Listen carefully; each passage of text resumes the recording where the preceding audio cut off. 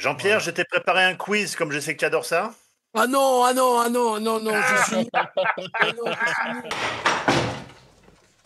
Rassurez-vous, Madame Bourdelle, c'est français, c'est la police française.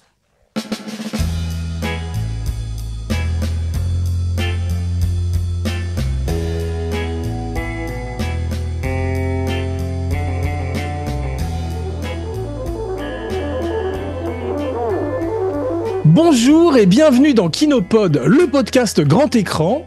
Je suis votre hôte Hans von Feber, le podcasteur qui se bourre et quiche et boit des énormes pintes de bière. Et mes résistants sont... Jeff Domenech, super podcasteur, mais vous pouvez m'appeler super, pas de chichi. Jean-Pierre Lavoignat, grosse malheur, Kinopod. Et aujourd'hui, tout ce que vous avez toujours voulu savoir sur Papy fait de la résistance, sans jamais oser le demander. Ravi de vous retrouver, mes cinébuddies. Jeff, combattant de la première heure, et Jean-Pierre, qui revient en deuxième semaine à la demande générale et sous vos applaudissements, pour nous parler d'un film et d'une troupe de comédiens exceptionnels qu'il connaît mieux que personne. Bienvenue, patron. Merci, c'est trop d'honneur. Mais avant de partir en guerre, une piqûre de rappel qui a son importance. Si vous aimez le show et que vous voulez qu'il continue à exister, n'oubliez surtout pas de vous abonner et de liker la chaîne Abracadapod sur YouTube, avec tous les 15 jours, une nouvelle fantastique vidéo de l'ami Romain Lenoff. Et maintenant, Jeff, le héros de la résistance, comme Morvandio. Le héros de la résistance ? En personne. Merde ! Nous résume le film, le fameux pitch, comme si nous étions un gros producteur belge une fois, dans un ascenseur entre deux étages, comme Madame Musquin dans Le Père Noël est une ordure. Tirez-vous, les foutus ! Alors, l'action du film se situe en France pendant la Seconde Guerre mondiale. Helena Bourdelle, dite La Bourdelle, ou Madame Bou, une célèbre cantatrice française d'avant-guerre, est l'épouse du maestro André Bourdelle, incarné par Jean Carmet. Ce dernier, engagé dans la résistance française, est tué accidentellement par l'explosion d'une grenade en juin 1941. 2 ans plus tard, la famille Bourdelle voit son luxueux hôtel particulier parisien investi par les forces allemandes, leur domicile devenant la résidence du général allemand Hermann Spons. La famille Bourdelle, accompagnée de leur locataire Michel Topin, vient en aide à un aviateur britannique et décide de le cacher chez eux. On va découper le roast-beef. C'est dimanche. Mais ce que les Bourdelle ignorent, c'est qu'un membre de leur famille, en la personne de Guy Hubert, un garçon coiffeur lâche et veule, Alors là, c'est le pompon. est en fait l'insaisissable justicier français connu sous le nom de super résistant, C'est lui, super résistant. recherché par les troupes allemandes, mais aussi par l'ignoble agent de la Gestapo, Adolfo Ramirez, qui a juré sa perte. Adolfo Ramirez, Gestapo. Bravo mon pitchounet, tu n'as pas changé. Et maintenant Jean-Pierre, l'homme, la légende, nous ramène à la source et nous raconte la genèse du film. Tout vient de la rencontre au tout début de leur carrière de Christian Clavier avec Martin Lamotte. Crétinus. Mais il nous jette ses 1200 francs à la face. Clavier commence avec ses amis à créer le Splendide. Et Martin Lamotte, lui, il a commencé avec Coluche et il décide très vite de faire son propre café-théâtre, La Veuve Pichard. Et ils vont même avoir le Splendide et La Veuve Pichard, des cafés-théâtres quasiment en face l'un de l'autre dans le 14e. Que se passe-t-il, père? Tu as signé ton crime, Maurice. Oh! Cette bague! Et ils se voient beaucoup. Ils se sont connus par l'intermédiaire de Balasco, Plastico, Hein? vous comptez pas vous débiner comme ça tout de même? qui elle a rencontré Martin Lamotte dans un cours de comédie et qui va répéter chez lui. Et du coup, elle emmène ses copains du Splendide répéter chez Martin Lamotte. Et tout de suite, ça se fonctionne très très bien entre eux. Pourquoi tu vas si vite? Mais qu'est-ce qui te prend? Je te quitte! Hein? Je te quitte! Et entre Christian et Martin, ils partagent en même temps le goût de l'histoire, le goût des grandes aventures et tout ça. Et quand Christian voit un spectacle de Martin Lamotte qui s'appelle La Revanche de Louis XI, il se dit « Mais c'est génial, ce mec, il écrit très très bien, je pourrais écrire avec lui. » On fait un saut dans le temps, à la fin des années 80, le Splendide, ils ont fait les bronzés font du ski, le Père Noël est une ordure, et chacun rêve quand même de voler de ses propres ailes.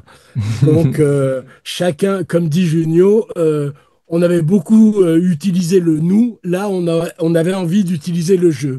Donc chacun un peu commence à travailler de son côté. Junio va faire très vite, quasiment en même temps, Pinot simple flic. Michel Blanc va faire Marche à l'ombre. Salut et marche à l'ombre. Ok, ça vaut mieux comme ça. Josiane Balasco, un peu plus tard, fera Sac de nœuds. Et Clavier, lui, se dit, ça serait génial d'écrire un grand film d'aventure comique avec Martin Lamotte. Et ils commencent à travailler ensemble. Martin Lamotte propose une idée assez étonnante qui est l'armée des Indes, l'armée anglaise des Indes. Clavier est un peu sceptique et dit ça serait mieux quand même la résistance, ça parle quand même plus à nos contemporains et en plus c'est un peu notre western à nous. Juin 1941. L'aigle allemand a refermé ses serres sur la France d'Ambroise Paré. Ils commencent à travailler ensemble pour un film. Très vite, ils s'aperçoivent que leur imagination est débordante, qu'ils vont jamais arriver à trouver le financement et du coup ils décident d'en faire une pièce de théâtre. Et cette pièce de théâtre ouvrira le nouveau lieu du Splendide, celui qu'ils viennent d'acheter, qui est un vrai cinéma, un vrai théâtre, qui a même été un cinéma porno à un moment donné, qui a commencé comme un cabaret, qui est le Splendide Saint-Martin, rue du Faubourg Saint-Martin. Ce spectacle, qui n'est pas un spectacle du Splendide, il est vraiment écrit que par Lamotte et Clavier, mais en même temps, il ouvre le théâtre du Splendide avec quand même la participation de Junio, de Marianne Chazelle, de Bruno Moineau, et puis des interventions des uns et des autres. De temps en temps, l'ermite jouera le général de Gaulle de dos, Michel Blanc, qui ne vient pas, mais un jour, ils se disent « Ah, mais tu pourrais passer amener une dépêche de la Résistance ». Et Blanc dit « Ah oui, génial ». Et en allant au théâtre, il tombe sur un mec qui, dans la rue, en kilt, joue de la cornemuse. Donc, il lui donne un peu d'argent et il lui dit, viens avec moi. Et quand le mec qui joue de la cornemuse arrive sur scène, Martin Lamotte est au bord de l'apoplexie parce qu'il ne s'attendait pas à ça. La pièce, c'est un énorme succès, très très vite. Ils joueront pendant 2 ans. Et très très vite, bien sûr, l'idée du film ressort. Ouais. Alors là, il y a une vraie discussion sur qui va être le producteur de ce film. Christian Fechner, il s'intéresse à la bande depuis longtemps. C'est lui qui a produit Les Charlots, et c'est lui qui a fait démarrer Claude Zidi. Il a produit un film avec Belmondo, L'Animal. Il avait même essayé de produire Le Père Noël est une ordure. Et puis finalement, ça s'était pas vraiment fait. Et ils avaient continué avec Yves Rousserroir, le producteur des Bronzés. Okay. Mais Fechner est très intéressé. Quand Clavier l'invite à voir le spectacle, Fechner met une condition. Il dit, moi je veux bien, mais à condition que j'ai la possibilité de produire le film si j'aime. Sinon, je viens pas. Et Clavier lui dit, non, mais bien sûr, là, le champ est libre. Et le soir même, il vient voir le spectacle. Le soir même, ils vont au restaurant après et il dit, moi, je suis prêt à produire le film faisons un grand film d'aventure épique, une comédie. Et là, tout d'un coup, l'imagination débordante de Clavier et Lamotte, qui au théâtre avait été obligé de se restreindre parce que Lamotte, il rêvait par exemple de faire venir un bombardier sur scène et de l'attacher avec des câbles. C'était un peu compliqué. Et là, tout d'un coup, ils se disent, c'est génial, on va pouvoir tout faire, avoir des blindés, des tanks, des armes, des militaires, voilà. Et forcément, le metteur en scène qui s'impose, c'est Jean-Marie Poiret. Celui avec qui ils ont fait Le Père Noël est une ordure, qui lui-même partage la même passion pour l'histoire que Clavier et Lamotte. C'est pas pour rien qu'ils feront Les Visiteurs ensuite. Mais qu'est-ce que c'est que ce pitch ? Retravaille beaucoup le scénario avec eux. Ils feront jusqu'à 5 ou 6 versions différentes, en ajoutant des personnages, en ajoutant des scènes d'action. Vraiment, ils font déborder le cadre du théâtre. Et Fechner dit, puisque vous rêvez de Paris brûle-t-il ou du jour le plus long, il faut faire pareil. Il faut que dans chaque rôle, il y ait, sinon une star, au moins un acteur très connu. Là, il commence à faire le casting. Et donc, je crois que le premier pour Papy, ils se disent, tiens, pourquoi pas Bernard Blier ? Bernard. Oui, monsieur. Blier, lui, ça le fait pas rire du tout, ce scénario, et il dit non. Donc après, ils se disent, pourquoi pas Michel Serrault ? Ah, grosse malheur. Et Michel Serrault hésite et puis finalement dit non aussi. Et à ce moment-là, sort du chapeau un nom incroyable qui est Jerry Lewis. Car Jerry Lewis, à ce moment-là, vient en France tourner 2 films totalement inoubliables, qui s'appellent Retenez-moi, je fais un malheur. Retenez-moi où je fais un malheur avec Michel Blanc, sur le tournage duquel je suis allé et où j'avais trouvé Jerry Lewis très détestable. Tout le monde le dit, ouais. Mais odieux pour l'interview, mais odieux. Il était sur un home trainer, il faisait du vélo et moi j'étais à ses genoux avec le magnétophone et il en avait mais rien à faire. Enfin bref. Et l'autre film, c'était Par où t'es entré, on t'a pas vu sortir. Je peux dire ces 2 titres-là, c'est rien que les titres. et finalement, Fechner dit, mais pas du tout, Jerry Lewis, les Français savent à peine qui c'est. Non, c'est pas possible. C'est pas possible. Et en fait, le vrai point de départ, c'est De Funès. Moi, vous? Non, c'est... Que Fechner avait sollicité. Il n'était plus assuré parce qu'il avait fait une crise cardiaque. Fechner a réussi à le refaire assurer, à tourner avec lui. Et De Funès vient voir le spectacle et dit oui. Alors là, ce qui est assez rigolo, c'est que quand on lit les souvenirs de Jean-Marie Poiret et ce que m'a raconté Clavier au moment du livre, c'est pas tout à fait pareil. C'est-à-dire que Clavier dit on a écrit pour De Funès le rôle du demi-frère d'Hitler, que jouera finalement Villeray. Ouais. Et Jean-Marie Poiret dit ça devait être Papy. Wow. Donc on ne sait pas trop. Mais par exemple, Michel Serrault, il lui propose le rôle du demi-frère de Hitler et pas Papy. Donc il y a une espèce de petite confusion. On ne sait pas bien ce qui était prévu pour qui. À Serrault, il propose le rôle du demi-frère. Il dit que Iglesias, ça ne le fait pas rire et qu'il ne voit pas du tout ce qui est rigolo en chantant ça. C'est Fechner qui pense à Villeray. Reichsminister Ludwig von Havel-Schruder. Il avait été décidé que le rôle qui était tenu par Marianne Chazelle dans la pièce sera tenu par une star. Donc ils proposent à Annie Girardot, mais pareil, qui trouve que le rôle est trop petit, qu'elle n'a rien à faire, et qu'on lui dit mais c'est un film choral. Elle dit mais moi je m'en fous du film choral, je veux un rôle pour moi. Je t'admire malgré ton génie, je t'aime, mais maintenant j'ai sommeil. Dodo. Quand Fechner lui a parlé de Girardot, Poiret il a dit oh non, je préfère Delphine Seyrig. Ouais, Delphine Seyrig. Fechner a dit oh non. Well, you go ahead, we'll join you. I'm sorry I was held up at the store. Et en fait, donc Girardot, elle décline, et c'est Fechner qui pense à Jacqueline Maillan. Et à ce moment-là, Marianne, elle vient d'accoucher, elle a des petits soucis de santé. Du coup, elle sera absente du film à son grand regret. Et c'est Dominique Lavanant qui jouera la fille de la famille. Et c'est vous qui fournissez la peinture, monsieur Ramirez? De la part de De Gaulle. Après, Lamotte, ça s'imposait. Mais après, il cherche des acteurs. Et c'est... Alors, pardon, je suis très long, mais le casting... Non, c'est passionnant. Ouais. Il cherche, mais même pour des petits rôles. C'est-à-dire Jean Carmé, qui joue le mari de Jacqueline Maillan, il meurt après 3 minutes. Pardon, je spoil le film pour ceux qui n'ont pas vu. Tu peux. 83, tu peux. Il meurt au bout de 3 minutes. Michel Blanc, il aura 1 scène et demie. Où il jouera un curé résistant. Entre 2 valses, j'aurais un mot à vous dire, Herr Général Spons. L'ermite, il fera un général allemand avec un accent incroyable. Balasco, elle fera pareil, une toute petite participation en jouant une pharmacienne collabo. 200 francs de dégâts au moins. Madame Gomez. Non mais c'est un peu gros là, hein. C'est moi qui devrais porter plainte. Et Bernard Giraudot, qui à l'époque est vraiment au top, il aura un plan et une phrase: j'ai tué 3 boches. Vous êtes là pourquoi, vous? J'ai abattu 3 boches. Voilà. Et après, on voit, y a plein de gens. Il y a Jean-Pierre. Justement, Jean-Pierre, excuse-moi de t'interrompre, mais Jeff va nous parler longuement du casting. Mais avant qu'il ne le fasse, ce qui est très intéressant, c'est effectivement ce clash de 2 générations de comiques qui se rencontrent, qui est l'ancienne génération avec ses nouveaux du Splendide ou Lamotte avec la veuve Pichard, comme tu dis. Et au départ, quand tu disais que Serrault, Blier, Robert Hirsch même avait refusé, il se passait le mot entre eux en disant que le script était accablant, ce qui fait que c'était assez compliqué après pour trouver les acteurs, parce qu'il y avait une espèce de cabale des vieux contre les jeunes.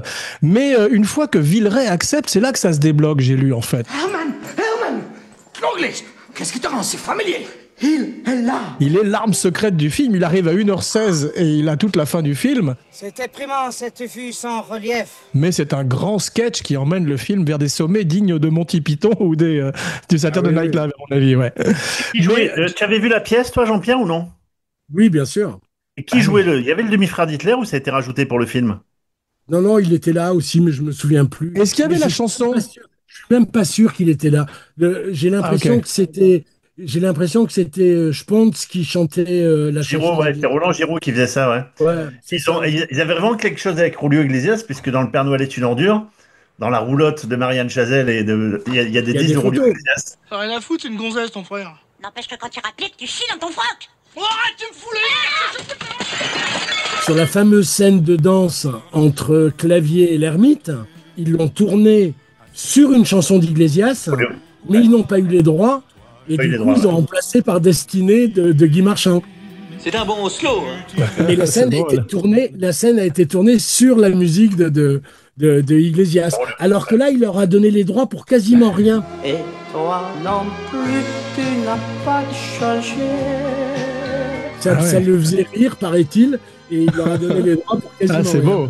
C'est beau, mais c'est vrai que De Funès a une bienveillance pour cette jeune génération. Lui, quand il va aller voir au théâtre, il est tout à fait partant. Malheureusement, comme tu disais, il est mort. Le film lui est dédié.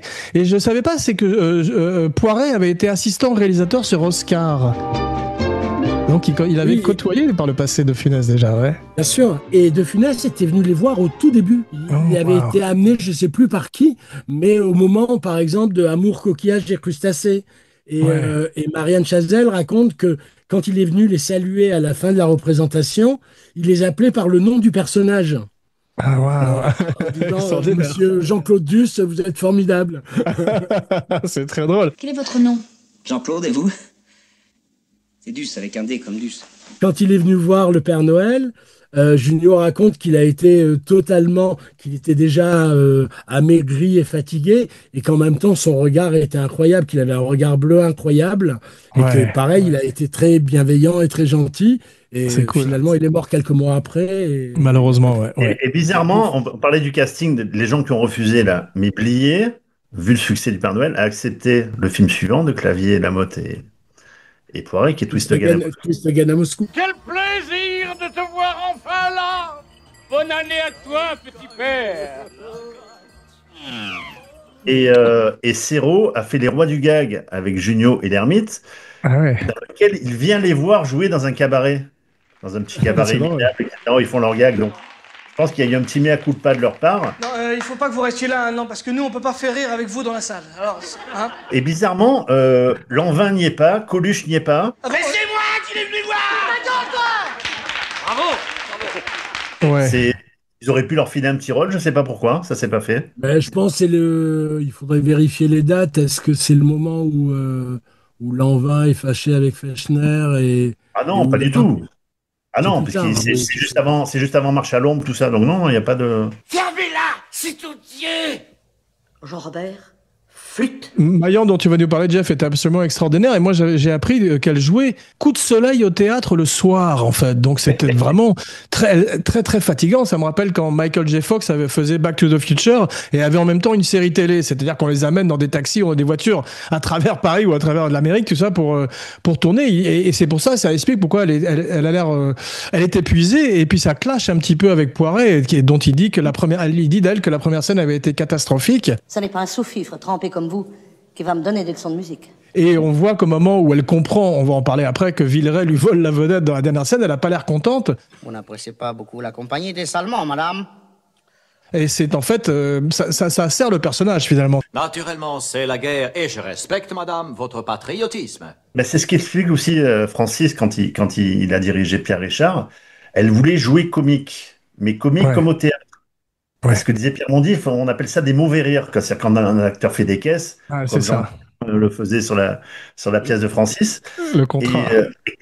Et quand Poiret voit ça, il se dit mais qu'est-ce que vous êtes en train de me faire là? Parce qu'elle inventait des phrases. À un moment donné, elle fait quand Mamina va, tout va. Ouais. Poiret fait stop, on coupe. Mais c'est quoi ça? Je sais pas du tout écrire. Ah oui, mais j'ai pensé à ça, etc. Alors c'était quand même compliqué pour eux, qui avaient un énorme respect pour Maillan. d'essayer de la contredire. Le baryton Poulenc restait 2 heures dans sa malle avant de chanter son grand air, et crois-moi, pour demander son cachet, il manquait pas de souffle. Et elle qui voulait en faire des caisses, il fait non, mais pas du tout, vous êtes une cantatrice, une diva, soyez chic et snob, il lui dit. À Milan, nous avons refusé de jouer devant les fascistes. Et si le comte Ciano ne s'était pas traîné à nos pieds lors de cette réception... N'essayez pas d'être comique, votre rôle n'est pas comique. Donc elle, ça l'a un peu frustrée, bridée, donc elle faisait un peu la gueule. Je peux chanter le petit vin blanc, c'est gai.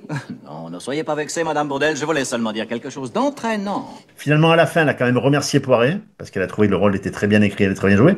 Et elle est fantastique. La séquence avec Villeray est venu tourner 10 jours. Vous me rappelez étrangement une kleine petite bavaroise que j'ai très bien connue. Frida. Elle ne supportait pas Villeray. Elle dit, vous n'avez pas besoin de moi pour cette scène, prenez ma doublure. D'ailleurs, je prends toujours le chemin qui me plaît. Lorsque Villeray est en gros plan, derrière, tout au fond, il y a Jacqueline Maillan assise, et c'est sa doublure, c'est flagrant que c'est pas elle. Et elle avait un mépris pour Villeray, mais énorme. Et juste la scène, il y a le clap qui se fait, Poiret va voir Maillan, et il dit, je voudrais voir dans votre regard tout le mépris que vous avez pour Jacques Villeray.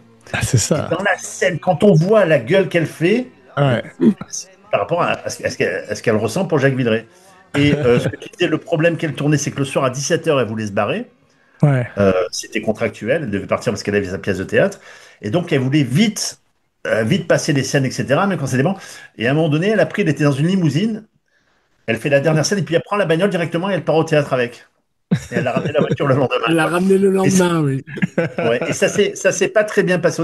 Et pareil, Junio disait, moi j'avais honte. À un moment donné, je la traitais de vieux crouton, lui tordre le bras, tout ça, c'était... Ce que je veux dire, vieux crouton, lâchez ma mère. C'était un peu compliqué, quoi, pour eux, qui avaient énormément de respect pour cette dame. Et elle, par contre, elle mettait pas de pincettes. Il y a une scène où, avec Clavier, elle doit sortir en courant. Elle pouvait pas courir, Jacqueline Maillan, en plus, elle était en talons hauts. Et à un moment donné, Poiret dit à Clavier, tiens, qu'à la tirer par le bras.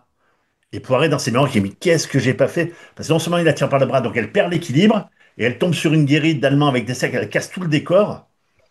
Et là, elle se relève, et elle dit à Clavier, je vous interdis de me toucher!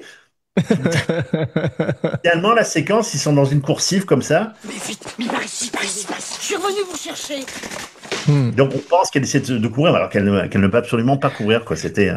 Mais Jean-Pierre, c'est vrai que le film est l'héritier de To Be or Not To Be ou du Dictateur, ces films qui sont des comédies, mais sur un fond dramatique, en fait. On avait bien sûr La Grande Vadrouille avant, ou l'excellent, il y a un film qui s'appelle Jojo Rabbit, de Taika Waititi aussi, qui arrive à mélanger, en fait, si tu veux, le drame et la comédie, même que Taika Waititi joue l'ami imaginaire d'un enfant et il est habillé comme Hitler. Donc c'est vrai que c'est un sujet terrible, et en même temps, il y a des moments où tu ris et des moments où tu... Et là, c'est vrai qu'il y a un sérieux, il y a une musique dramatique qui est très belle, mais on est effectivement avec des grands clowns qui sont plus proches des Marx Brothers et de la soupe au canard que d'un film sérieux, quoi. Oui, c'est vraiment une comédie pure. Alors après, il y a un arrière-plan sur l'histoire, sur la résistance, tout ça, mais c'est quand même, pour l'époque, très très gonflé. Le général apprécie votre action, mais il a vu votre photo, avec votre costume. Et je ne vous cache pas, il a été sans détour. Il a dit, ça craint. Même s'il y a eu effectivement La Grande Vadrouille, il y a eu L'As des As. On commence à s'habituer quand même. Mais là, même par exemple, à un moment donné, Poiret fait des repérages et je ne sais plus quel immeuble public il visite et il le trouve bien. Et la directrice dit il en est hors de question, c'est un film qui fait insulte à la résistance française. Et il se trouve que la comédienne, la costumière, c'est Catherine Leterrier, qui est la sœur de Laurent Fabius, qui à l'époque est Premier ministre, et qui donc intervient pour que l'immeuble des archives, ou je sais plus lequel, soit disponible pour le film. Et donc la fille rappelle le lundi matin Poiret en disant « Bon, j'ai réfléchi, pourquoi pas, mais enfin quand même, voilà. » Mais la radio allemande dit parfois des choses très vraies, et en plus, il passe de très bons disques. Mais le film, c'est vrai, est assez... On n'est pas habitué à ce moment-là à autant de dérision et tout ça. Ou en tout cas, on touche quand même un totem de la République française. Donc, Mais en même temps, dans le film, la famille des Bourdelles, c'est des vrais résistants. On sent, quand elle dit, en parlant de son mari, il chante pas pour les Allemands. Et Poiret dit... dans La Grande Vadrouille, De Funès, il aurait été joué pour les Allemands. Hein. Alors que là, c'est des vrais résistants. Même le personnage de Clavier, qui est très maladroit, qui a envie de rentrer dans la résistance, qui ne s'y prend pas très très bien tout le temps, il est quand même résistant. J'ai beaucoup d'admiration pour les résistants. Moi-même, à Dreux, j'ai essayé de participer, mais c'est un milieu très fermé. Hein. Le nœud de la famille, ce sont des résistants. Bon, bien sûr, là maintenant, se laissera un peu séduire par le général Spunz. Spunz. Général Spunz. On peut parler de lui un peu parce que c'est Roland Giraud que j'ai trouvé fantastique dans le film. J'avais oublié à quel point il était bien parce qu'il joue sérieux. Ich liebe dich wie Apfelmus, so zärtlich wie Spinat. Alors lui, il bouffonne pas du tout, contrairement à Galabru. Il y a plusieurs types de comédies, ça qui est intéressant, qui s'entrechoquent. Dunkerque, excusez-moi, hein, je ne veux pas dire du mal des Anglais, mais enfin, vous êtes conduits comme des lâches. Et alors, Mercedes Kébir, alors là, hein... Et qui se marie merveilleusement bien. Et Roland Giraud est séduisant. On croit à cette histoire d'amour. On croit qu'elle peut tout d'un coup avoir un coup de cœur pour lui. Mais vous savez, général, ce qui compte chez l'homme, c'est surtout l'homme, pas le vêtement. Et il est toujours premier degré. Moi, ce type-là, je trouve qu'il aurait mérité une plus grande carrière. Il a eu une très belle carrière, mais il fait partie des compagnons de route du Splendide. Hein.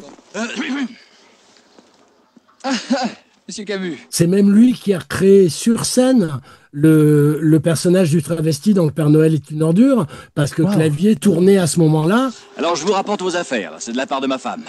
Comme je suis rentré plus tôt que prévu à la maison, ça nous embarrasse. Ça a toujours été une sorte de compagnon de route du Splendide. Mais l'ambition de Clavier, Lamotte et Poiret, c'est de faire... C'est à la fois, comment dire, de faire une comédie, un grand film d'aventure avec de l'action et tout ça, et en même temps de rendre hommage tout en les parodiant aux films sur la résistance. Par exemple, le personnage de Giraud, il vient du Silence de la mer, de Melville, de ce personnage d'officier allemand qui est dans une famille, mais qui est très cultivé, qui est presque respectueux de la famille, tout ça. J'éprouve une grande estime pour les personnes qui aiment leur patrie. Je déteste les gens qui trahissent leur pays. Et il y a une scène quand Clavier est embarqué où il retrouve Jacques François, tout ça, c'est une parodie de l'Armée des Ombres. Ça va peut-être pas vous consoler, mais moi je vais crever à cause d'une enseigne mal fixée. C'est à la fois un hommage et une parodie. C'est-à-dire, Poiret dit, c'est un film, c'est pas un film sur la résistance, c'est un film sur la vision qu'on a de la résistance à partir du cinéma, en fait. Donc c'est une sorte de jeu de miroir. Mais c'est vrai. Et c'est vrai que le but premier, c'est de faire rire quand même. Oui, c'est vrai, mais tu parles de Jacques François, Jeff, il joue très sérieux aussi, Jacques François. Je me suis demandé s'il avait pas eu, il a jamais eu de rôle franchement dramatique parce qu'il était merveilleux dans le jouet. Non, mais il joue sérieux au début. Après, quand il se déguise, tout ça, etc. Bien sûr, mais au début, quand Clavier le retrouve, on voit tout d'un coup une facette dramatique qu'il a peut-être pas tout le temps exploité, je trouve. Il a beaucoup exploité au théâtre, mais je veux dire, au théâtre, il faisait vraiment des rôles dramatiques, quoi. Et il jouait des pièces très très sérieuses et tout ça. Fils de pute. Ah oui, là, c'est plus poétique. Dieu me crache au cul, voilà qui pleut. Faut jouer comme si on était dans tout d'un coup. Bérénice. Non. Il était venu voir le Splendide au début, à leur début. Il a sans doute vu Amour, coquillage, j'ai crustacé et sans doute le Père Noël. Et il leur a dit, moi j'adore ce que vous faites. Si un jour vous pensez à moi, même pour un petit rôle, je suis partant. Et ils lui ont écrit pour le film Le Père Noël ce rôle incroyable de pharmacien. Je vous présente toutes mes confuses. Vous confuse, vous n'imaginez pas que je vais aller réveillonner chez Castel avec ça? Et lui, il disait, quand je pense que j'ai passé toute ma vie sur les scènes de théâtre à faire des rôles dramatiques, et dans la rue, quand je croise des gens, il me fait « c'est de la merde ». Qu'est-ce que c'est que cette matière? C'est de la merde? Non, c'est Cloug. Ce qui va me retenir, ouais. Mais pour Jacques François, la séquence dont je vous ai parlé tout à l'heure entre Maillan et Clavier, quand il dit « ne le touchez pas », il s'en est servi, Poiret, parce qu'il y a une séquence, quand ils ont un accident de voiture, il se prend une balle dans l'épaule, Jacques François, il y a un mec qui veut l'aider, il fait « ne le touchez pas !» Ne le touchez pas, vous! Il a repris l'anecdote de Maillan pour la mettre dans le film, en fait. Ce que disait Jean-Pierre tout à l'heure, le décor que la femme leur a refusé, c'était l'hôtel de Soubise, où c'était les archives. Et en fait, il s'est trompé, Poiret, dans ses mémoires, parce que Fabius, à ce moment-là, n'est pas Premier ministre. Je dis ça parce que et non, il est ministre de l'Industrie. Et il s'est trompé dans ses mémoires quand j'ai lu, ça me semblait tôt, je crois que c'est en 84 qu'il était Premier ministre. Et cette dame-là, justement, donc est assez vexée de devoir leur prêter le décor, elle dit, je pourrais quand même utiliser mon bureau, j'espère. Et si les bombardements, les bruits de balles et les bruits de mitraillettes vous effraient pas, vous pourrez rester dans votre bureau. Et là, il y a eu un long silence. Et je vous conseille les mémoires de Jean-Marie Poiret, qui sont très drôles et très cash. À propos de talent, une des grandes armes secrètes ou une des grandes machines de guerre du film, c'est Gérard Jugnot. Vous n'avez pas bien compris qui je suis. J'ai tout pour... Ah, il me fait peur. Qui est absolument extraordinaire, Adolfo Ramirez. Alors lui, il se met à hurler dès les premières minutes du film. Et Jugnot qui hurle, c'est aussi fantastique que Pacino qui danse ou Brad Pitt qui mange. Tu vois, c'est sa marque de fabrique, si tu veux. Et dans les aigus, ouais. D'abord, moi, je suis pour la grande Allemagne. L'Europe, la grosse Europe. À Hitler. Et c'est un personnage culte comme le Père Noël, quoi. Quand j'ai fait le livre avec eux, Jugnot, il m'a montré sur son portable un type qui lui avait envoyé une photo d'un mec qui s'est fait tatouer sur le mollet, je crois, la tête d'Adolfo Ramirez et qui crie hop, hop, hop. Et Jugnot lui-même en était effrayé. Il dit, il faut quand même être bizarre pour se faire tatouer ce personnage-là, quoi. Ce qui est amusant chez Jugnot, c'est que ce qui l'a rendu célèbre, c'est ces rôles-là. Mais dès qu'il avancera tout seul, il jouera que des gentils. Berthier, t'es le meilleur. T'es le meilleur, Berthier, t'es le meilleur. T'es un tueur, un killer. Que la force soit avec toi, Berthier. Un killer. Que ce soit dans Une époque formidable, dans Tandem, dans Les choristes, il y a vraiment deux Jugnot, quoi. Et lui, il dit que ces rôles-là, il les faisait bien, mais qu'en même temps, c'était pas tout à fait lui. Mais en même temps, il est parfait dedans. Hein. Ah ouais, il est absolument fantastique. Il avait enchaîné entre le Père Noël et Papy. D'ailleurs, il a un problème avec le fer à repasser, parce que dans Papy, il prend le coup du fer à repasser de Giraud. Et Marianne Chazelle, dans le Père Noël, elle lui met un coup de fer à repasser aussi. Donc vraiment, il aime bien lui faire du mal à Jugnot. C'est vrai qu'il a des rôles, mais c'est tellement drôle. Et il y a... Qu'est-ce que je veux dire? Oui, par rapport à Jacqueline Maillan, on peut parler un peu de sa carrière? Bien sûr, mais avant que tu te lances, je voudrais quand même donner un coup de chapeau aussi à Willie Holt, qui est un extraordinaire décorateur, au même titre que Ken Adam ou Max Dewey ou Troner. C'est-à-dire qu'il amène lui aussi une espèce de cachet au film qui fait qu'on a l'impression de voir ces grands films épiques de guerre, alors que, Jeff, tu te rappelles à l'époque du Cornio, quand on a fait le podcast sur le Cornio, on disait que les comédies n'étaient pas souvent des gros budgets, alors que là, on voit effectivement un film qui est épique. Ouais. Il y a une scène aussi qui est racontée par Poiret dans ses mémoires. Il y a une séquence, ils sont en train de filmer, et il y a un monsieur qui sort de chez lui, de son immeuble, mais qui n'était pas prévu, donc il est dans le champ, et il est là, il se plante devant les deux drapeaux nazis, et il bouge plus. Il a son cabas à la main. Et Poiret qui gueule, fait « Mais qu'est-ce qu'il fout là? Dégagez-le, il est dans le champ! Monsieur, on est en train de faire un film là! » Et le mec, il ne bouge pas. Ouais. Et Poiret s'avance vers lui. Et le vieux monsieur est tétanisé avec son cabas. Il fait « Ils sont revenus. Ils sont revenus. » Et il dit « Et je vois sur son bras le même tatouage qu'avait Willie Holt. » Wow. C'est un gars qui avait dû être déporté. Il dit « Mais non, monsieur, rassurez-vous, c'est du cinéma. On va vous offrir un café. » Et ça, c'est dans les mémoires de Poiret. Je trouvais la scène très... Et Willie Holt, il avait fait les décors du Père Noël aussi. Ah, c'est ça, voilà. Quel talent extraordinaire. Mais c'est vrai que la richesse de tout, c'est Fechner qui, lui, a une haute idée de la comédie et qui dit il faut que le film... Et Poiret aussi, et Clavier aussi. Donc, ils vont chercher à la lumière Robert Alazraki, qui est... un chef-op très connu. Ce qui est rigolo, c'est qu'il a commencé sa carrière avec Garel, avec Straub et Huillier. On en est loin, là. La résistance. Mais il y a un soin. C'est Clavier qui parle de Poiret en disant il a le sens de tout. Il a le sens des lumières, le sens du décor, le sens du cadrage. C'est notre Black Awards à la française. Et c'est sûr que la scène, par exemple, il y a d'abord cette histoire où il mange des œufs d'autruche avec les baguettes, qui est incroyable. Mais surtout la scène de Villeray. Je n'ai pas changé.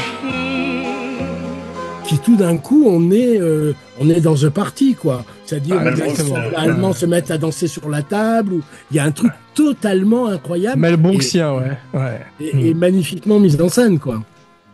Absolument. Jeff, tu nous parles un peu d'une très grande actrice du nom de Jacqueline Maillan? Non, j'en insistais pas. Et oui, là, Jacqueline. Alors, qu'est-ce que je peux vous dire? Mais vous êtes le fiancé de Bernadette, je crois. Bernadette, je m'en fous. Moi, ça fait 2 ans qu'elle me fait attendre. Je n'aime plus. C'est Colette que je voulais. Voilà. Oh. Je vous demande pardon, ma mineure. Jacqueline Maillan était née le 11 janvier 1923. D'être ravi de le savoir. Très mauvaise élève à l'école, mais adorée de ses professeurs. Elle avait déjà un sens de la comédie. Et en 1944, sa famille arrive à Paris pour qu'elle puisse justement assouvir sa passion du théâtre, et en particulier la tragédie. Elle voulait être une grande tragédienne. Elle s'inscrit d'abord au cours d'art dramatique Tonia Navarre, puis au cours Simon. Et René Simon lui déconseille la tragédie après qu'elle ait fait rire en jouant Racine. Et il lui prodigue un énorme succès, mais après 40 ans. Voilà. Ensuite, en 51, elle crée au théâtre de la Huchette Monsieur Bob de Georges Chéadet, avec Monique Laurie et Pierre Mondy, qui deviendra un très bon ami à elle. Et ensuite, elle rencontre Pierre Brasseur et Louis de Funès, qui est un jeune débutant. Un beau cadeau pour mon mari, quelque chose qui amène sur son visage, là, un sourire d'enfant ébloui. Elle joue avec les Branquignoles dans Ah les belles bacchantes, le rôle d'une productrice de spectacle. Voilà. Et la pièce sera adaptée au cinéma. Et vers la fin des années 50, la notoriété de la comédienne est lancée. Et elle va donner finalement la réplique à De Funès en 63 dans Pouic Pouic. Et c'est là qu'elle va vraiment commencer à devenir une actrice populaire. Qu'est-ce que c'est? Pouic? Pouic. Oui, monsieur, c'est son nom. Dans l'année 60, elle participe fréquemment à des émissions de divertissement qu'on voit à la télé, les émissions des Carpentiers. Et elle devait être vraiment une grande vedette du théâtre de boulevard. Et elle est même surnommée La Maillan, comme une diva, voilà. Et d'ailleurs, elle crée son propre spectacle au théâtre d'Almy-Chaudière en 84. Et en fait, le cinéma n'a plus fait appel à elle parce qu'elle était vraiment happée par le théâtre. C'est vrai que ce rôle dans Le Papier de la Résidence l'a ramenée au cinéma. Mais derrière ça, il n'y a pas eu grand-chose. Il y a Moki qui l'appelait souvent. Elle a un rôle exceptionnel dans Les Saisons du Plaisir, où elle joue elle répond au Minitel Rose, etc. Mais c'est vrai que sa carrière cinématographique n'a pas été à la hauteur de sa carrière théâtrale. Voilà. Et elle a écrit, d'ailleurs, une dernière apparition sur scène, c'est un spectacle solo, pièce montée, qu'il avait écrit Pierre Palmade. Et elle meurt le 12 mai 1992, à l'âge de 69 ans, d'une hémorragie interne dans son appartement parisien, 1 avenue Paul Doumer. Voilà. Et pour montrer qu'elle était quand même très curieuse, elle a accepté dans les dernières années de sa vie de jouer une pièce de Bernard-Marie Coltès mise en scène par Patrice Chéreau. Wow. C'était trop un contre-emploi, quoi. Il y avait un truc qui fonctionnait pas. Le retour au désert. Le retour au désert, ouais. Avec Piccoli. Wow. Mais c'était étonnant, quoi. Et Chéreau, il aimait les stars quand même dans tout domaine confondu. C'était un rêve de tourner avec Jacqueline Maillan, ce qui est quand même assez étonnant, quoi. Voilà. Ouais. Mais ça montre aussi que elle avait aussi, alors c'était facile pour elle d'être la reine du boulevard, mais qu'elle avait aussi des tentations un peu différentes, quoi. Que peut-être d'ailleurs, on lui a pas fait assez de propositions de ce genre-là. Il y a un truc qui est très moderne dans le film, c'est Super Résistant. Super Résistant? You want to know my name? You want to see my face? I'm the devil! Parce que c'est Marvel avant l'heure, c'est les super-héros. Moi, ça m'avait fasciné à l'époque parce qu'il n'y en avait pas beaucoup, si tu veux. Et c'est vrai que c'est inspiré par Superman et Fantomas, c'est un mélange des deux. Et tu as la double personnalité, un petit peu comme Don Diego de la Vega et Zorro aussi. Et il est fantastique, Lamotte. Là, il fait vraiment les deux rôles de façon magnifique. Guy Hubert, c'est Clark Kent. Voilà. C'est ça, mais... Superman, quoi. Ouais, ah non, il est incroyable. On n'en a pas parlé encore, mais comment il est dans les dossiers de l'écran qui suivent qui concluent le film. Attention, je vais crier très fort! Messieurs! Ouais. Il est hallucinant dans son costume et c'est incroyable. Il n'y a pas de mots pour dire ce que vous êtes, monsieur Ramirez! Il n'y a plus de mots! Enculé! Ah non! Monsieur Bourdel, s'il vous plaît, restez correct! Ça aussi, c'est très moderne parce que c'est avant cette espèce de dossier d'écran qui arrive et qui nous emmène dans une espèce de télé-réalité. On n'avait jamais vu ça au cinéma tout d'un coup, de partir. Pas comme ça, quoi. En plus d'avoir convaincu Raymond Jérôme. Alain Jérôme, pardon. Alain Jérôme de venir jouer son propre rôle, parce que c'est quand même une grosse parodie des dossiers de l'écran. Il a une belle gueule d'ailleurs. T'as vu, avec sa cicatrice et tout, il a une tête de héros, quoi. Ouais. Bah oui, mais et la scène du plateau, elle est incroyable. Comment ils sont tous vieillis. Dans la pièce, ça existait déjà. Alors, c'était pas Alain Jérôme qui, tous les soirs, allait jouer son rôle, mais il y avait la parodie des dossiers de l'écran. Savoir que cette scène devait être coupée, hein. Ah, wow. Oui, au début, Fechner voulait la couper. Dans la pièce, Junio raconte que c'était le moment où ils se lâchaient tous le plus en impro. Je sais que c'est super résistant, qui a étranglé de ses propres mains froidement le nain Enrique. Et que sa durée variait selon les soirs, quoi. Monsieur, je vous en prie. Quelle salope de la part du gouvernement. Extraordinaire. Et ça faisait un lien avec l'Armée des Ombres, puisque le générique des dossiers de l'écran. Exactement. Et la musique de l'Armée des Ombres. Moi, je me rappelle, c'est une musique qui me traumatisait quand j'étais gamin, parce que mes parents regardaient souvent les dossiers de l'écran, et j'étais dans ma chambre, dans mon lit, et juste d'entendre cette musique, j'avais peur. Voilà, Gustave. Nous avons des milliards de choses à nous raconter.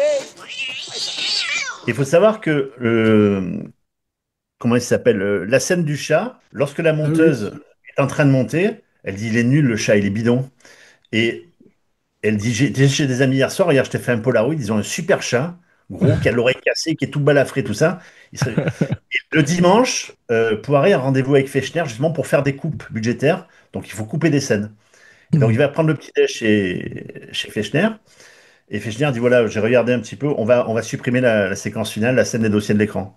Hors de question, on la garde. Et là, Poiré lui dit écoute, on a monté, le chat est nul, on va devoir refaire les scènes. Il fait comment ça? Tu me prends pour un con? Il fait on est là pour faire des économies, couper justement du budget, et toi tu veux que je refasse des scènes qui ont déjà été tournées? Et voilà, dès qu'on parle de pognon, il n'y a plus personne. En plus, pour un chat, qu'est-ce qu'on a à foutre? Et là, Poiré lui sort le Polaroid du chat. Je vous présente l'adjudant-chef Gustave. Et il voit qu'il a une super tête, le chat fait ah, espèce d'enfoiré, il fait bon, ok, c'est bon, on va la retourner. Et le chat, il est génial dans le film avec sa gueule, là, etc. Romulus dans le rôle de Gustave.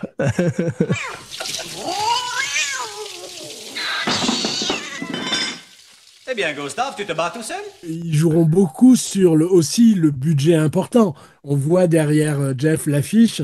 Le slogan, c'est quand même le film qui a coûté le plus cher que le débarquement. Ce qui est quand même incroyable. Affiche un peu mensongère. Hein.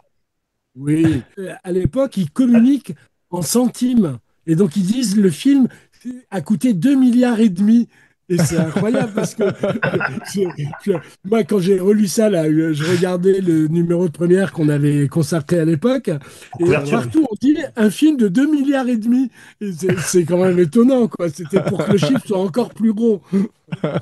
Sur la fiche, on voit des parachutes et des avions. De mémoire, je ne vois pas de parachute dans le film. Mais alors, par contre, ça fait partie des scènes qu'ils avaient coupées et ils avaient fait l'affiche avant. Ouais, peut-être. Ouais. Et alors, ils ont fait quand même, ils ont réglé un peu leur compte quand même, Poiré, Lamotte et Clavier, sur des artistes qui ne se sont pas bien comportés pendant la guerre, artistes ou même des sportifs, puisqu'au début, on voit Brialy. Oh, bravo, mon général. Tu sais, la scène de tennis, il dit vous êtes comme Borotra. Alors Jean Borotra, c'était un grand tennisman qui avait gagné Roland-Garros en 1931. Ouais. Mais surtout, la femme de Borotra, il était marié à une femme qui était très amie avec les gens de la Gestapo et les indiques. Wow. Borotra était ministre sous Pétain dans le gouvernement de Laval. Oh putain. Il n'a pas empêché d'avoir la Légion d'honneur en 1952. Voilà. Et donc Borotra, il n'était pas blanc-blanc. Et c'est pour ça qu'il y a cette allusion de Brialy. On dirait Jean Borotra. Vous connaissez Borotra? Et un alpiniste, hein? Enfin, un grand sportif. Et autre chose... Un excellent magicien belge. Mantracor. On voit l'affiche. Il tient une affiche comme ça avec Ginette Leclerc. Ginette Leclerc, oui. Ginette Leclerc qui a fait La femme du boulanger, qui a fait, comment ça s'appelle, Le Corbeau, tout ça. Le Corbeau. Et Ginette Leclerc, pareil. Pendant la guerre, elle tenait un cabaret qui s'appelait le Baccarat Club, rue de Pontieux, où elle recevait des Allemands, Elle recevait des collabos. Elle a fait d'ailleurs 1 an de prison par rapport à ça, hein, à la Libération. Mais la Vanant est fantastique, je trouve, dans le film, parce qu'elle a une autre couleur que d'habitude. Elle est tout à fait une héroïne aussi romantique, et elle joue sérieuse, elle aussi. Oh, je danse très mal. Bite! Il y a des gens qui jouent la situation. Ils jouent presque tous sérieux. Ouais. Sauf Junio, je dirais, qui compose. En même temps, il joue sérieux, mais il compose un personnage tellement excessif. Il va y avoir un rapport, mais carabiné. Aïe, il me fait mal à la jambe en plus. Ouais. Mais ils jouent tous assez sérieux quand même. C'est vrai, puis par exemple, il est vraiment. C'est un jeune homme attachant dans le film, quoi. Monsieur Félix, excusez-moi, je vous cherche partout. Sortez. C'est vrai. De maladresse, de volonté d'être résistant malgré tout, et que personne ne veut l'accueillir. Vous êtes vraiment dur. Et puis, l'accueillir. C'est vrai, puis il bénéficie, on parlait de Jean Carmé, mais de très très grands second rôles du cinéma. Et Jeff, tu vas peut-être nous parler un petit peu de lui, comme Julien Guillaumard. Oui, votre pantalon, quelle taille? Ah oui, non mais ça n'ira pas, vous êtes trop grand. À toi, Guillaumard fait partie de ces grands second rôles français. Ouais. Qui n'ont pas été remplacés à mes yeux. C'est un acteur qui était né le 3 mai 1928 à Morlaix. Voilà. Il voulait faire une carrière de dentiste au départ, comme son père. Et finalement, il opte pour des cours de comédie avec Pierre Renoir, puis René Simon et Francis Blanche. Guillaumard participe à l'aventure du TNP avec Jean Vilar pendant 5 ans. Et une activité théâtrale très exigeante. Et en parallèle, il va faire des tournages. Et son premier film, c'est Philippe de Broca qui va lui proposer. Dans Le Roi de cœur, il a un côté assez extravagant. Mais où suis-je? Oh, je me présente, le duc de Trèfle. Monseigneur Marguerite. Ensuite, il va faire Le Voleur de Louis Malle. Et c'est là qu'il va rencontrer Jean-Paul Belmondo. Et on se souvient tous de l'interprétation dans Z. Il joue un colonel grec, chef de l'argent, un mec assez brutal dans le film. Et moi, voilà. Bon, après, il a fait plein de second rôles comiques avec Zidi, La Moutarde Montonnée, L'aile ou la cuisse. Il est l'inoubliable Tricatel. Monsieur Fechner. Il joue même Fechner. Monsieur Fechner. Mais quoi? Ils sont devenus complètement fous. Le producteur Fechner dans L'Animal. Mais bon, pourquoi vous regardez votre montre? Parce qu'elle tourne, elle. Alors, un film totalement oubliable qui s'appelle Les Ringards avec Caldo Machon et comment il s'appelle, et Charles Gérard.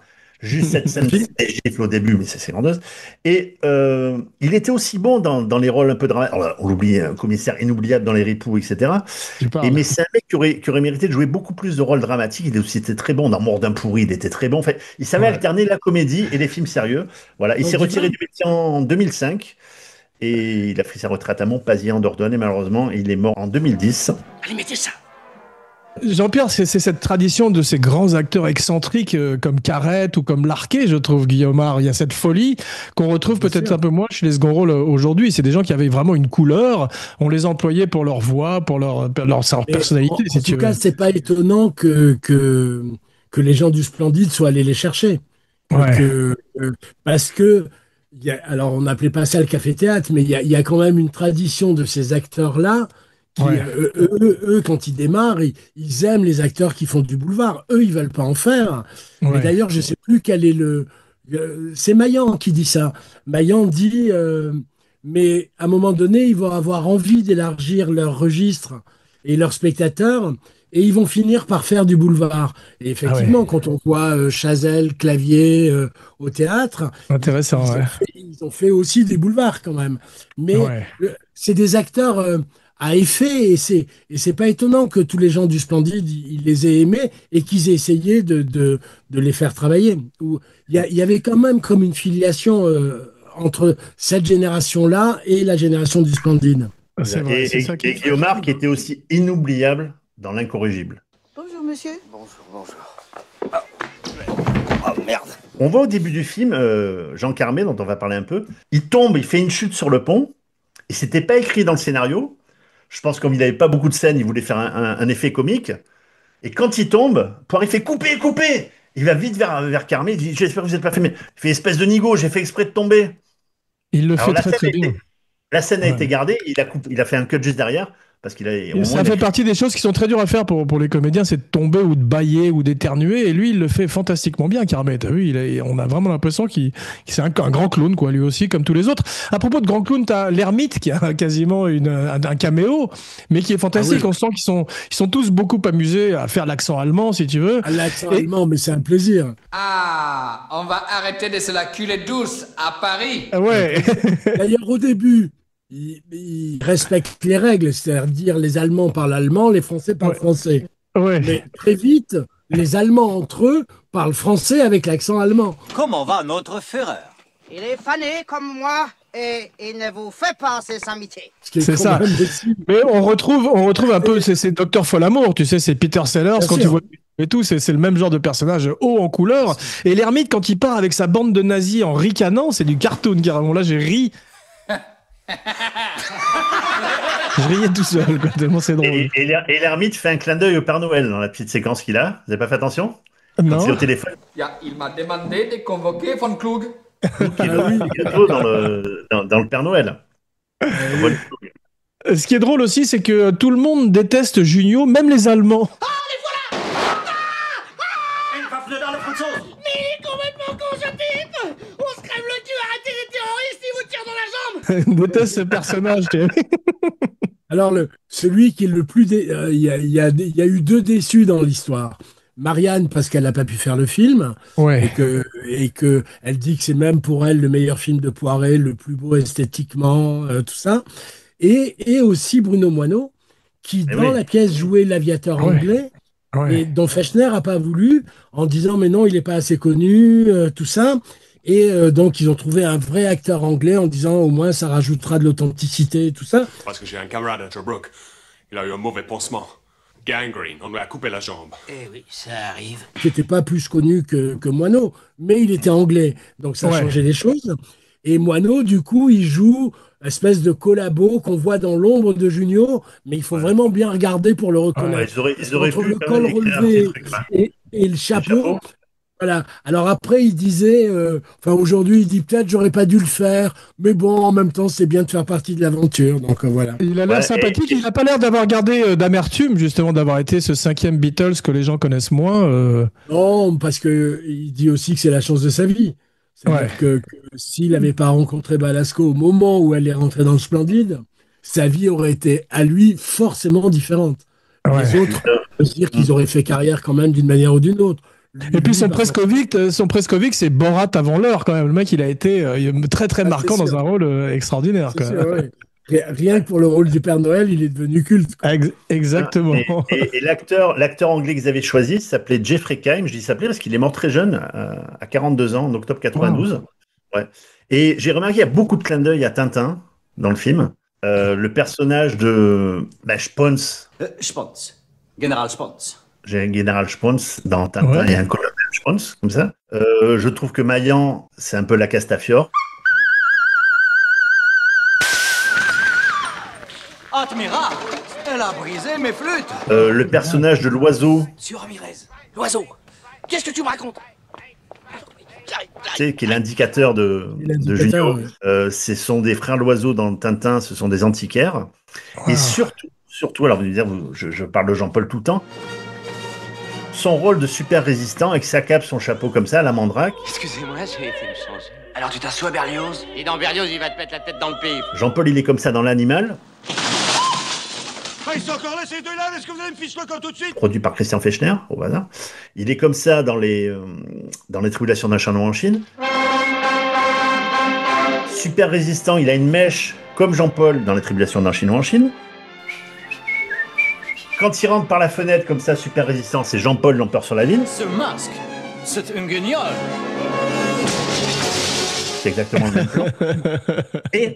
Et la séquence de la grenade à la raquette, tu sais, quand la raquette, il prend une raquette, magnifique. Il la grenade. C'est le magnifique dont le scénariste, le nom m'échappe, c'est un jeune scénariste du nom. Ah oui, Francis Weber. Ah, c'est ça. Voilà. J'en ai entendu parler. Et c'est à ce propos que j'ai un petit quiz pour vous. Ah non, je suis nul dans les quiz. Il s'appelle le quiz Francis Weber fait de la résistance. Pourquoi? Le syndrome de l'imposteur va éclater. C'est pas possible. Pas du tout. C'est-à-dire que dans tout ce magnifique casting qu'on a dans le film, il y a 8 comédiens qui ont collaboré avec Francis. Attention au mot que tu choisis de collaborer. Ouais. Oui. C'est fait exprès, on parle d'un film sur la collaboration. Voilà. Donc je vous donne le nom des acteurs du film et vous me dites dans quel film ils ont collaboré avec Francis Weber. Allez, on commence par du facile. Thierry Lhermitte, Thierry Lhermitte, Francis Weber, Jean-Pierre. Il est rentré Dans une fureur noire à cause de vous. Le dîner de con. Bravo. Jacques Villeray aussi. On a les droits. Jean Carmé. Les fugitifs. Le vétérinaire. Jacques François. Personne ne connaît ma véritable identité. Mon nom de code est Félix. Alors oubliez mon véritable nom. Puis d'ailleurs, oubliez tout. Foutez-moi la paix, s'il vous plaît. Blénac. Blénac, le jouet. Ouais. Guillaumard. Le cuisinier secoue les nouilles. Et les Nippons sont cause du soulèvement de la Chine. Vous êtes déjà à Paris, colonel? Oui, mais je repars pour Londres ce soir. Verja. Ah oui, bien sûr, il est à Montpellier, Verja. Jean-Pierre. Ah oui. Oui. Adieu poulet. Adieu poulet, bravo. Et tac. Michel Galabru. Est-ce que c'est dans Appelez-moi Mathilde? Non. Non. Édouard Molinaro. Très grand oui, succès. c'est La Valise. Non. Oui, La Valise aussi, c'est vrai. Mais c'était moi, je pensais à La Cage aux Folles, mais c'est vrai, La Valise, c'est possible. La Valise aussi. Gérard Jugnot. C'est moi. Vous allez me décorer. Alors, je sais. Le jouet. Gérard Jugnot, c'est le jouet. Fantôme avec chauffeur. Les mains moites. Allez, deux derniers pour la route. Les Michel Blanc. Ça va s'arranger. Michel Blanc, il est dans... Weber. Ah oui, si, il est dans Cause toujours, tu m'intéresses. Ouais, mais dirigé par Francis Weber. Ah, moi, je croyais que tu parlais en tant que scénariste. Oui, aussi, c'est vrai. C'était Tenue de soirée. Le mec connaît rien. T'sais. Les fugitifs, le médecin. Allez, un dernier pour la route. Ah oui. Jacqueline Maillan. Madame Bourdelle, quel plaisir. Ça, c'était Appelez-moi Mathilde. Bravo. Voilà. Voilà, ton Pierre sera fier de toi. Mais non. Tu parlais de tous les liens avec Belmondo. Ce qui est amusant, et c'est important d'en parler pour Papy, c'est que Fechner respecte pas tout à fait les règles du business qu'il y a à l'époque. C'est que les gros films sortent tout seuls et essayent de trouver un calendrier à peu près équilibré pour chacun. Et Fechner, lui, il décide d'affronter pour la première fois le plus gros succès, dans les plus gros succès du cinéma français, c'est Belmondo, puisqu'il sort le même jour que Le Marginal de Jacques Deray. Et c'est vraiment le symbole magnifique du conflit de génération. C'est-à-dire tout d'un coup, il y a l'amuseur de cinéma qui est Belmondo, qui fait un carton tout le temps, et une nouvelle génération qui arrive du Splendide. Et ça l'excite assez. Excusez-moi, c'est pas pour reparler une dernière fois de mon père, mais c'est l'année aussi des compères, avec Pierre Richard quand même, et Depardieu. Ouais. Donc c'est une grosse année de cinéma et une grosse année pour la comédie. Et là, en même temps, quasiment, sort Le Retour du Jedi, sort le James Bond Octopussy. C'est vraiment... Mais ils essayent pas de s'affronter les uns les autres, c'est genre une semaine dans l'autre. Sauf que Papy, il décide de prendre en plein, d'affronter face à face Belmondo. Et d'ailleurs, les chiffres des deux films seront à peu près similaires, aux alentours de 4 millions à peu près. C'est ça, c'est un gros succès en salle. Mais je voudrais revenir une dernière fois à cette séquence quand même avec Villeray, qui est quand même d'anthologie et qui restera dans toutes les mémoires. Alors c'est lui qui chante, c'est pour ça que Maillan était aussi un peu énervée, parce qu'elle n'a pas eu le droit de chanter la voix de la cantatrice, alors que lui chante. Et c'est une idée de génie de prendre Julio Iglesias et de pas avoir pris une chanson de Maurice Chevalier ou d'Edith Piaf, enfin un truc qui soit un peu plus d'époque, parce que là tout d'un coup on part dans la folie, comme tu disais, quoi. Oui, et puis ce qui est encore plus hallucinant, et ça, c'est Clavier me l'a confirmé, c'est vraiment une idée de Villeray, c'est que quand même il parodie à la fois Iglesias et de temps en temps Yves Montand. Je suis toujours l'apprenti palatin qui t'écrivait des poèmes. Il y a des moments où on a l'impression que c'est Yves Montand qui chante. Et ça, c'est vraiment une idée de Villeray. On ne sait même pas s'il l'a calculé avant. Et c'est de qui l'idée, Jean-Pierre, de briser le 4e mur? Parce que tu as vu, il s'adresse directement tout d'un coup à la caméra. Je n'ai pas changé. C'est Jean-Marie Poiret. Ouais, c'est fantastique. La manière dont tout d'un coup la scène devient tout le reste du film, enfin presque, est assez réaliste quand même, l'image. Ouais. Sauf au moment du ballet, justement, des soldats allemands, tout ça. Mais même la lumière change.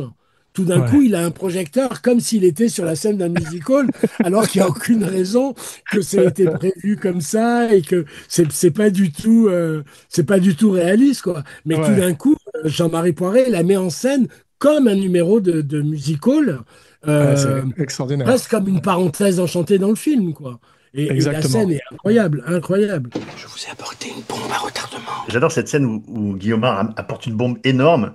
Ils disent dernière trouvaille de l'intelligence service, miniaturisée à l'extrême. C'est une bombe, elle est énorme comme ça. Dernière trouvaille de l'intelligence service, miniaturisée à l'extrême. Et en parlant de bombe, tu as vu, c'est la règle d'Hitchcock où ils mettent une bombe sur la table et le public est au courant, et ça c'est très bien foutu parce que ça donne une espèce de tension où tout le monde, ils veulent tous partir du dîner avec ces énormes œufs d'autruche incroyables et ces mouillettes avec des baguettes, et en même temps tu as cette bombe sous la table. Et d'ailleurs le château où c'est tourné, c'est là où Jean-Paul a tourné le Guignolo. Ah bah voilà. Ce garçon est une bible. Et Martin Lamotte, de tous les techniciens, a été l'acteur le plus cool, le plus sympa de tous, c'est ce qu'ils disent. Et Lamotte, qu'on a dit côté le fondateur, la Fischer, moi je l'adore dans ses seconds rôles quand il est dans Fucking Fernand, dans Fallait pas, dans Twist Gun à Moscou. Il joue le rôle de Fouine là, mais il est génial dans le film, vraiment. C'est un très très bon comédien, qui est très apporte énormément au film, quoi. Et il y avait aussi à propos de la sortie dont tu as parlé, Jean-Pierre, tout à l'heure. Il devait mixer le film à une certaine date et il devait le remettre à minuit pile. Et il y a un gars qui venait justement pour le mixage, venait récupérer la bande. Et ce que fait Jean-Marie Poiret, il met le mec dans un petit salon avec bouteille de champagne, etc. Et il l'enferme, en fait. Il enferme à clé. Et lorsqu'il est avec son technicien, son monteur son, etc., il fait, mais là, on n'a plus le temps. Il fait, c'est bon. Et il va le libérer à 4h30 du matin. Le mec, il était fou, il frappe à la porte, il lui donne Tu ferais ça aujourd'hui, mais c'est impensable, quoi. C'est pareil aujourd'hui, de telle méthode. Et maintenant que celui qui a encore quelque chose à dire sur le film le dise, ou qu'il se taise à tout jamais. Oui, un petit truc. Jean-Marie Poiret qui est allé voir Mondiano, et parce qu'il admirait Mondiano, et il lui dit, il va chez lui, il a une grande bibliothèque, tout ça, et Mondiano qui avait écrit ce film magnifique de Louis Malle, Lacombe Lucien, et donc Poiret dit vraiment, je suis fan de Lacombe Lucien, et Mondiano lui répond, moi je préfère Papy fait de la résistance. Mais c'est fini. Fertig, kaput. Bien, merci mes cinébuddies pour ce voyage dans un classique de la comédie à la française. Jeff, je t'aime, et Jean-Pierre aussi, car peu de gens parlent aussi bien du cinéma que vous. Et on vous attend toujours avec joie et impatience dans Kinopod. Jean-Pierre, c'est ta maison maintenant, ça y est. Tu ne peux plus partir. On se retrouve dans quelques jours pour un nouveau podcast grand écran. En attendant, n'oubliez pas de liker, de partager, de commenter, de follower et de vous abonner partout où vous écoutez le podcast, en particulier sur la chaîne Abracadapod de YouTube, avec tous les 15 jours une nouvelle fantastique vidéo de Romain Lénoff et plein d'autres surprises. Sont Katia Lazareva. Et dites-nous dans les commentaires quelle est votre comédie préférée sur la guerre. Et maintenant, voici venu l'heure de dire vos noms et vos phrases signatures, la fameuse catchphrase. Jeff Domenech, je vais pas faire de catchphrase, je vais juste faire un peu de promo. Cet excellent livre, Les Mémoires de Jean-Marie Poiret, que je vous conseille. Et surtout, voilà. Merci. Écrit par notre camarade Jean-Pierre. Et en plus, c'est pour une bonne cause, c'est pour la recherche médicale, si vous achetez ce livre. Magnifique. Cool. Et on voit qu'il y a énormément d'amour. Tout l'amour que Jean-Pierre a pour le cinéma et pour la troupe du Splendide est dans ce livre. Et il se livre comme jamais. Donc je vous le conseille. Et en plus, si vous l'achetez, c'est pour une bonne cause. Fantastique. Jean-Pierre Lavoignat, sur un malentendu, ça peut marcher. Parfait, je suis Jean Weber pour Kinopod. Rassurez-vous, c'est français, Madame Bourdelle, c'est le podcast français. Et maintenant... Bei der Kaserne vor dem großen Tor steht eine Laterne und steht sie noch davor, wie einst Lili Kino, wie einst Lili Kino. Je savais que ces 4 ans d'allemand au lycée Pasteur finiraient par payer. Ah, tu es allé au lycée Pasteur, toi aussi? Oui, comme le Splendide, comme certains des membres du Splendide. Ah oui.